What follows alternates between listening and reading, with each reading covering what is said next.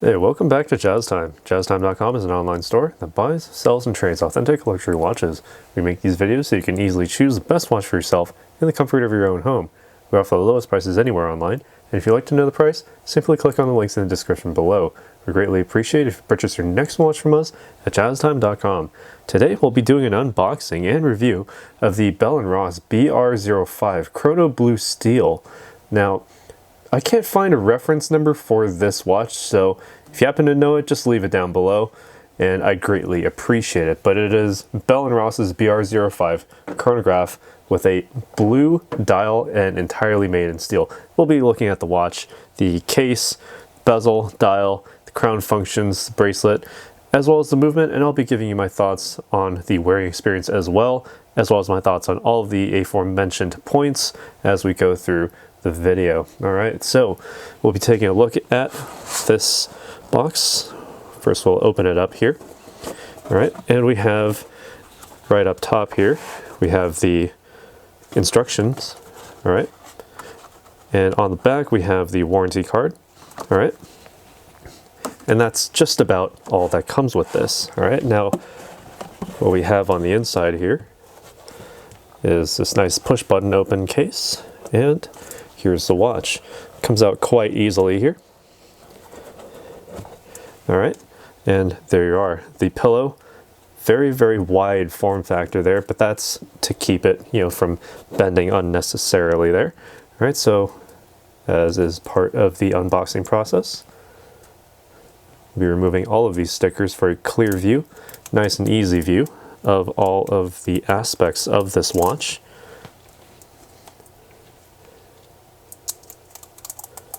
Alright, and note that high polish on those intermediate links with the satin brush finishing on those H-shaped links going all the way down.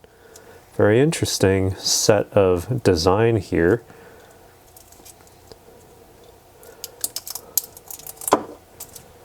Okay.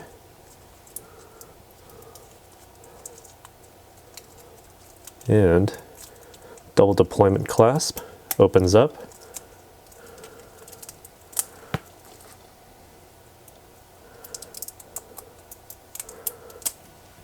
Okay, alright, that's all I'll take off from here. Now, if you've seen our other watch videos, actually, let me clean up back here, make it actually a little bit presentable.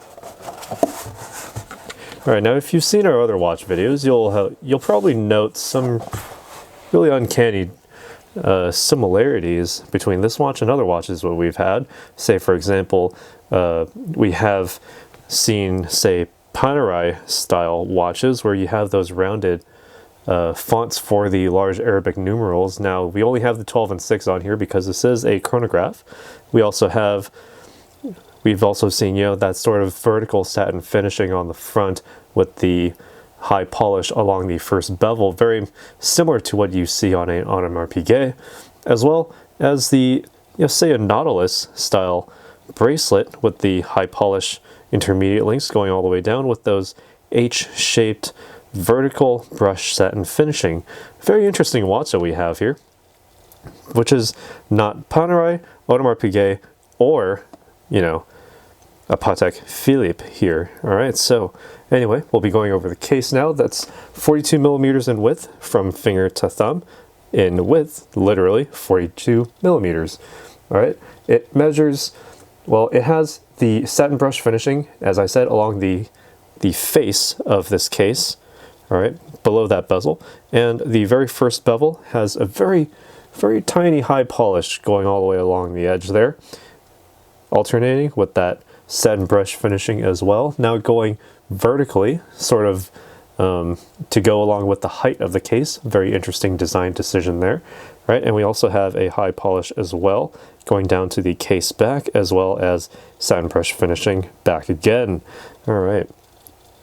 Now, same with the bezel. We have the satin brush finishing along the front here, going along the face with those exposed screws. Now, very intentionally placed such that the slots of these screws sort of travel inward right to the center of the watch.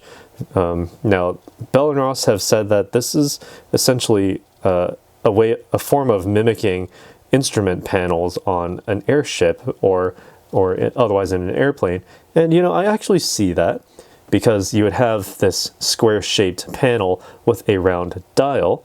All right, so that makes sense to me. But a lot of people do seem to point out the similarities between this and, say, an Audemars Piguet, who have the the 8 hexagonal screws, whereas on this we only have 4 round screws, all placed intentionally as well.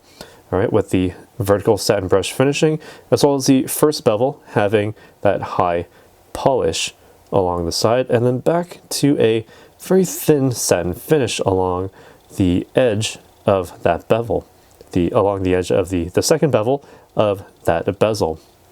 Now looking inward, closer into that dial there, now we also have the Arabic numerals for the 5-minute marks, also 60 seconds, or 5-second or 5-minute marks, depending on how you want to call them, to label each index mark.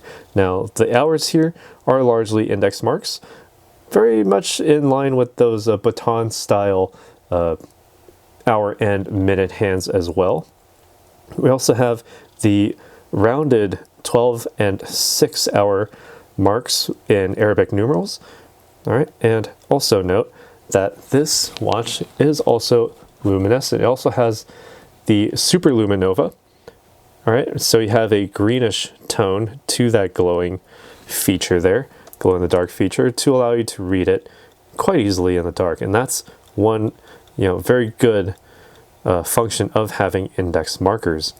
All right, now turning the lights back on. Unfortunately, the Super Luminova is not applied to the 12 and 6, and as you can see, as I move it back and forth in the light box, there's no application there. They're just straight white gold on the dial. Okay, so now this dial, the finishing is a Blue Sunray pattern. As you move it back and forth, you can actually see the sort of radial pattern of that dial, especially on the rehaut, or the sort of inner bezel there, also has the same sort of finishing. It's a very nice touch, and I actually do very much like this. It starts out with a rather deep blue already, and it just gets deeper and deeper from there. So I actually quite like this dial. It's a very beautiful dial. Now, taking a look at the crystal, we also have, it's completely flat and circular with that sapphire, so it allows you to wear this with no fear of potentially scratching it. Right, and same with the case back there. We also have a skeletonized, well, not entirely skeletonized, but it's an exhibition case back, meaning that you can see through the back of the case, and also you can see the movement, well, sort of behind this sort of 360-degree rotator on their 360-degree oscillating weight. All right. More on that in a moment. So first, we'll be looking at the functions here.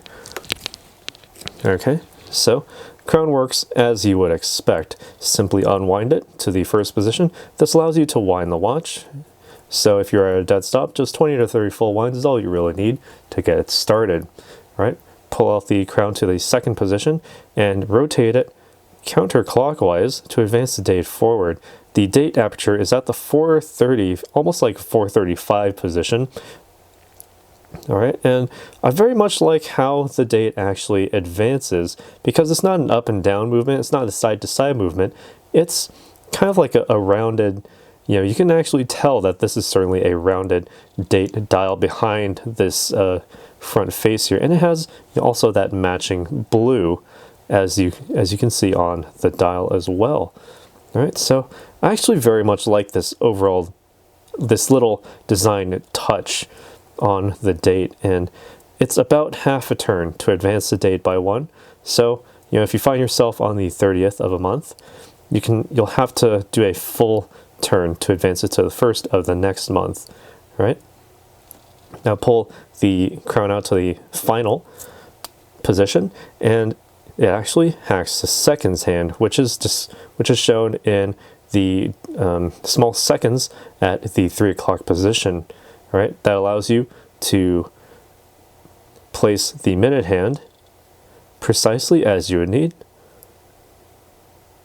All right, and then you can just press it back in, press the crown back in to get that second hand started again, and wind it tightly against the case, and it allows you for up to a 100 meter or 330 foot water resistance below sea level.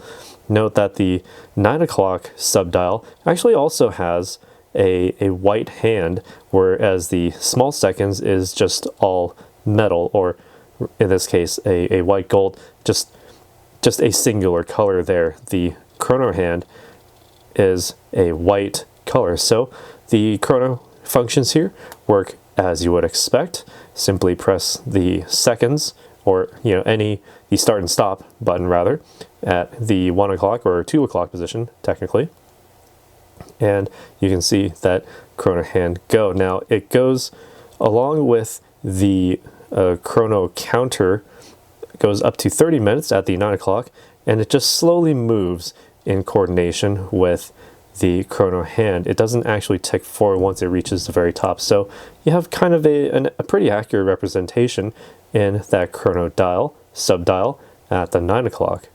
All right, now I'm just going to stop it there, and once you stop it, you can reset it by pressing the bottom pusher, and it just resets both the chrono hand as well as the chrono counter at the 9 o'clock position. All right, so what makes all of this work?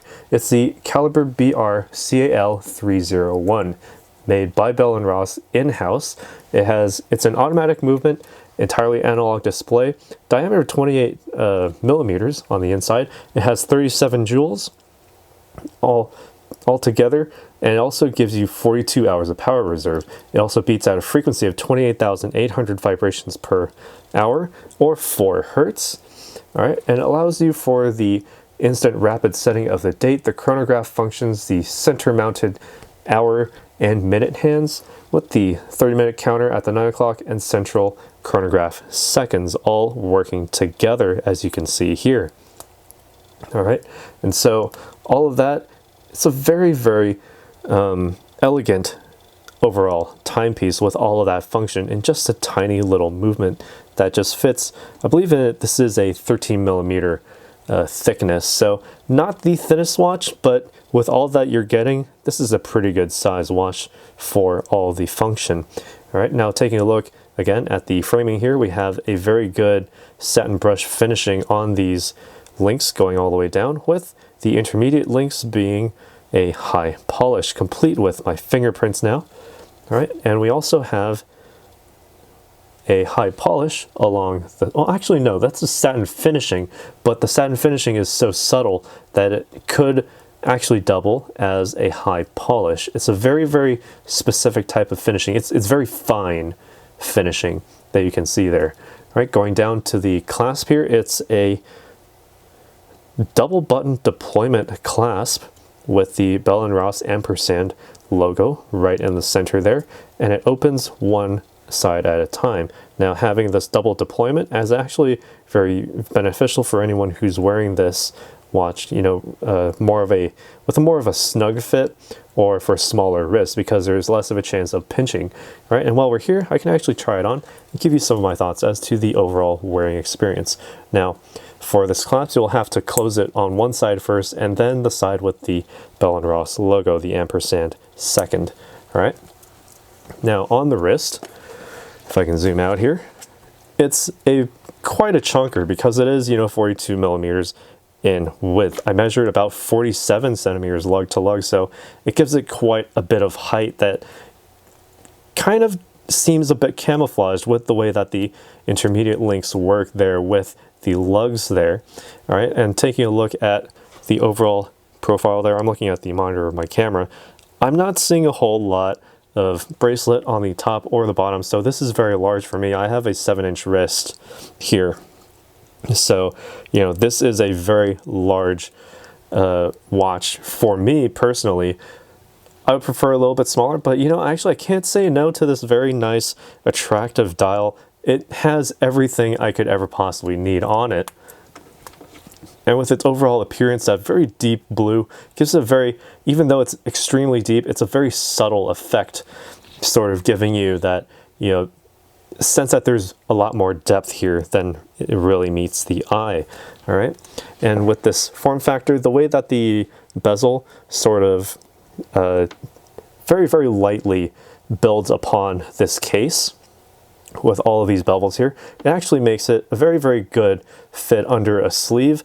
Maybe not so much under a suit cuff, but it will certainly slide very nicely underneath it. The overall weight, quite heavy on the case, and not a whole lot going on the strap here. So the strap, or the bracelet rather, is rather light in comparison to the case. Therefore, you know, just be very careful if you feel like you're a little bit more active, even though this is considered to be like an urban, you know, instrument watch, sort of like a sports watch from, say, like the 70s. That's sort of the reference, all the overall look and reference here for this Bell & Ross BR05 Chrono. Now, you know, you could take this for a sports, you know, style excursion, but just keep in mind that this is rather heavy on the top. But if that's your thing, then hey, all the more power to you. All right, and man, I love that double deployment clasp. It feels actually very good to open. All right, and you know, these intermediate links actually make it a very, very easy and comfortable wear, as well as, you know, just a very, very breathable feel. As you can see, there's a lot of space between those links, so it makes it a very, very comfortable overall sensation. You barely feel like this thing is on your wrist. It's so soft. All right, so enough of what I think. What do you think about this watch? Let us know down in the comments below, and be sure to hit that like button if you haven't already, and also subscribe if you haven't already, and hit that bell notification so you can be notified when we go live with another video like this one. And as always, if you'd like to purchase this watch or any other watch like this, Bell & Ross, maybe even a Rolex, Audemars Piguet, Panerai, or even Patek Philippe a Nautilus, any sort of watch that this sort of calls out to, sort of references in its overall look, any watch, new, used, current production like this one, or even discontinued, you can visit our site at jazztime.com. Link is in the description below, and we'll see you in the next one. If you want to find out more about the watch you just saw in the video, you can just click below on Show More to see the full description. Then you can check the link next to model as seen in video, click on it, and you will get to the proper page where you can see all the details. If you're watching on a mobile phone, you have to click on the arrow down on the right hand side below the video to see the full description. If you like this video, please give us a thumbs up. If you would like to share this video with your friends, you can use the share button below and share it on any platform you like. If you have questions, constructive feedback, want to tell us about some mistakes or misspeaks, just write a comment below.